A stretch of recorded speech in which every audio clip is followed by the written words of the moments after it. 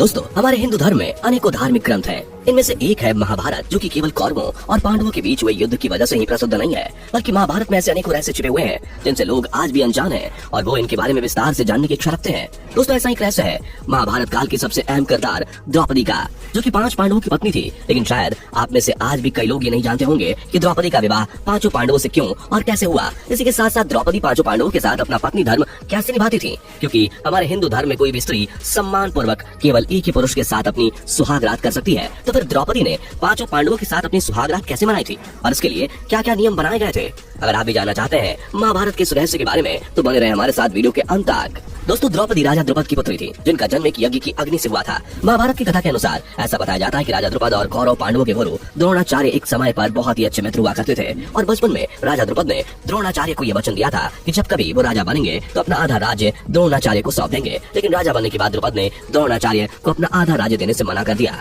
और उन्हें राज्यसभा से अपमानित करके निकाल दिया। इस तरह अपमानित होने के बाद जब द्रोणाचार्य हस्तिनापुर पहुंचे तो वहाँ भीष्म पितामह ने उन्हें राजकुमारों को शिक्षा और धनुर्विद्या देने का कार्य सौंपा। इसके बाद द्रोणाचार्य कौरवों और पांडवों को अस्त्र शस्त्र की शिक्षा देने लगे और जब उनकी शिक्षा पूरी हुई तो द्रोणाचार्य ने उनसे गुरु दक्षिणा में पांचाल राज्य को मांगा। गुरु की आज्ञा पाते ही पहले तो कौरवों ने पांचाल पर आक्रमण किया, लेकिन उन्हें राजा द्रुपद के हाथों पराजित होना पड़ा। इसके बाद 5 पांडवों ने अपने गुरु का आदेश पूरा करने के लिए पांचाल पर आक्रमण किया और राजा द्रुपद को पराजित करके अपने गुरु द्रोणाचार्य के सामने ले आए। इसके बाद द्रोणाचार्य ने राजा द्रुपद को आजाद करके पांचाल राज्य का आधा हिस्सा राजा द्रुपद को सौंप दिया और आधे हिस्से का राजा अपने पुत्र अश्वत्थामा को बना दिया। राजा द्रुपद द्रोणाचार्य से इस तरह अपमानित होने के बाद बदले की आग में झुलसने लगे और इसी वजह से उन्होंने पुत्र प्राप्ति के लिए एक यज्ञ रखा। इस यज्ञ में उन्हें एक पुत्र तो प्राप्त हुआ ही, लेकिन उसके साथ साथ उन्हें एक पुत्री भी प्राप्त हुई, जिसमें से पुत्र का नाम धृष्टद्युम्न था और पुत्री का नाम द्रौपदी था। द्रौपदी राजा द्रुपद को हवन कुंड की अग्नि से प्राप्त हुई थी, इसलिए उन्होंने कुछ समय बाद अपनी पुत्री के बड़ा होने पर उसके लिए स्वयंवर रखा।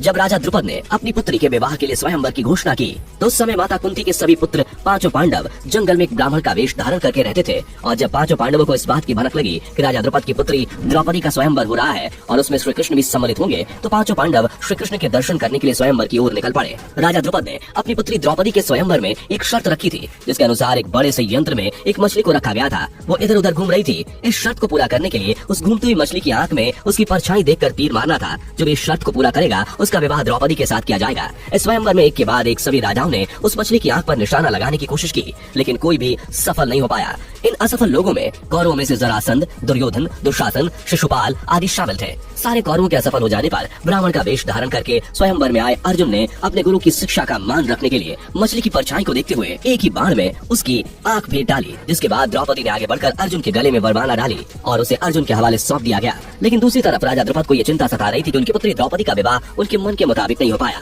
क्योंकि राजा द्रुपद को ये पता चली गया था कि उनकी पुत्री का विवाह पराक्रमी राजकुमार से हुआ है। लेकिन इसके साथ साथ वो ये भी जानते थे कि ब्राह्मण के वेश में आए हुए अर्जुन पांडव पुत्र थे। स्वयंवर के बाद 5 पांडव द्रौपदी को अपने माता कुंती के पास वन में ले गए। जब अर्जुन ने अपनी कुटिया में पहुंचते ही अपनी माता कुंती को आवाज लगाई, देखो माता, आज हम तुम्हारे लिए भिक्षा में क्या लाए हैं। उस समय उनकी माता कुटिया के अंदर भोजन बना रही थी, इसलिए उन्होंने बिना देखे ही 5 पांडवों से ये कह दिया कि तुम लोग भिक्षा में जो भी लाए हो उसे आपस में बराबर बराबर बांट लो। सभी पांडव भाई अपनी माता की हर बात मानते थे, लेकिन उनके इस आदेश को सुनकर वे सभी चुप रह गए। बाद में जब माता कुंती ने कुटिया के बाहर आकर द्रौपदी को देखा तो वो हैरान रह गई। इसके बाद उन्होंने युधिष्ठिर से बोला कि हे पुत्र, तुम कुछ ऐसा करो जिससे कि मेरे वचन का पालन भी हो जाए और द्रौपदी के मान सम्मान में कोई कमी भी ना आए। जब धर्मराज युधिष्ठिर भी इस समस्या का कोई हल न निकाल सके तो आखिर में फैसला किया गया कि द्रौपदी का विवाह 5 पांडव पुत्रों से किया जाएगा। लेकिन जब इस बारे में राजा द्रुपद को पता चला तो उन्होंने श्री कृष्ण से पूछा कि एक स्त्री भला 5 पुरुषों की पत्नी कैसे बन सकती है, ये तो हिंदू धर्म की मर्यादा के खिलाफ है। फिर महर्षि वेद व्यास ने राजा द्रुपद से ये बताया कि द्रौपदी को उसके पिछले जन्म में भगवान शिव ने ही ये वरदान दिया था और भगवान शिव के ही उसी वरदान की वजह से ये समस्या पैदा हुई है। महर्षि वेद व्यास के समझाने पर राजा द्रुपद ने अपनी पुत्री का विवाह 5 पांडवों से करवाया। सबसे पहले द्रौपदी का विवाह 5 पांडवों में युधिष्ठिर के साथ हुआ और उस रात द्रौपदी ने अपनी पहली सुहागरात युधिष्ठिर के साथ मनाई। फिर उसके बाद द्रौपदी का विवाह भीम के साथ हुआ और फिर उसने अपनी सुहागरात भीम के साथ मनाई। इसी तरह अर्जुन, नकुल और सहदेव के साथ द्रौपदी का विवाह हुआ और द्रौपदी ने उन तीनों के साथ भी सुहागरात मनाई। लेकिन दोस्तों, अब आप सोच रहे होंगे कि कोई एक स्त्री एक पुरुष के साथ सुहागरात मनाने के बाद भला दूसरे पुरुष के साथ सुहागरात कैसे मना सकती है। तो बता दें कि इसके पीछे भी भगवान शिव का ही वरदान था, क्योंकि उन्होंने द्रौपदी को 5 पति प्राप्त होने का वरदान दिया था। लेकिन उन्होंने इसके साथ साथ ये वरदान भी दिया था कि वो प्रतिदिन अपने कन्या भाव को प्राप्त हो जाया करेंगी। इसलिए द्रौपदी 5 पांडव पुत्रों को एक कन्या भाव में ही प्राप्त हुई थी। अब दोस्तों, आपके मन में ये सवाल आ रहा होगा कि द्रौपदी आखिर 5 पांडवों के साथ किस तरह रहती थी। तो हम आपको बता दें कि इसके लिए 5 पांडवों ने मिलकर नियम बनाए थे। एक बार की बात है जब 5 पांडव राज्यसभा में बैठे हुए थे तो महल में नारद मुनि आते हैं और उसी समय वहाँ द्रौपदी आती हैं और नारद मुनि का आशीर्वाद लेकर चली जाती हैं। नारद मुनि पांचों पांडवों के भविष्य की चिंता करते हुए ये कहते हैं कि द्रौपदी, तुम 5 भाइयों की पत्नी हो, इसलिए तुम सभी को एक ऐसा नियम बनाना चाहिए जिससे अपनी अपनी पत्नी को लेकर तुम 5 भाइयों के बीच कभी विवाद ना हो, क्योंकि एक स्त्री की वजह से कई बार भाई भाई एक दूसरे के जान के दुश्मन बन जाते हैं। नारद मुनि की ये बात सुनकर पांचों पांडव हैरान हो जाते हैं, जिसके बाद युधिष्ठिर नारद मुनि से कहते हैं कि हम 5 भाइयों में बेहद प्रेम है और ऐसा कभी नहीं हो सकता, क्योंकि हम 5 भाइयों में आज तक कभी भी द्रौपदी को लेकर कोई विवाद नहीं हुआ। जिसके बाद नारद मुनि ये कहते हैं कि तुम 5 भाइयों के बीच प्रेम पर कोई संदेह नहीं है। इसी के साथ नारद मुनि पांचों पांडवों को सुंद और उपसुंद राक्षस भाइयों के बारे में बताते हैं, जो कि केवल एक स्त्री की वजह से ही एक दूसरे की जान के दुश्मन बन गए थे।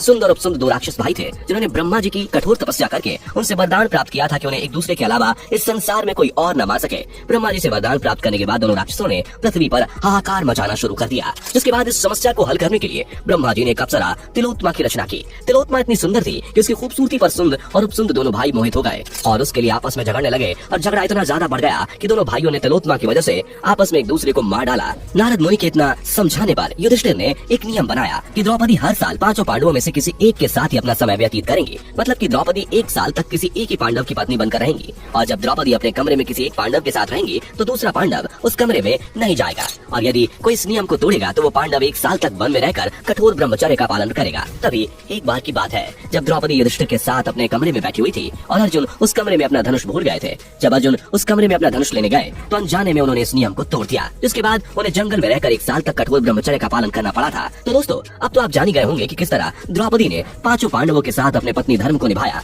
वैसे दोस्तों, कमेंट करके बताइए कि क्या इस वीडियो को देखने से पहले आपको महाभारत की ये जानकारी पता थी? तो दोस्तों, हम उम्मीद करते हैं कि आज का हमारा ये इंटरेस्टिंग वीडियो आपको जरूर पसंद आया होगा और आप इसे लाइक करके अपने दोस्तों के साथ शेयर भी जरूर करेंगे। और ऐसे ही और वीडियोस के लिए इस चैनल को सब्सक्राइब करके बेल नोटिफिकेशन को भी जरूर ऑन कर लें। धन्यवाद।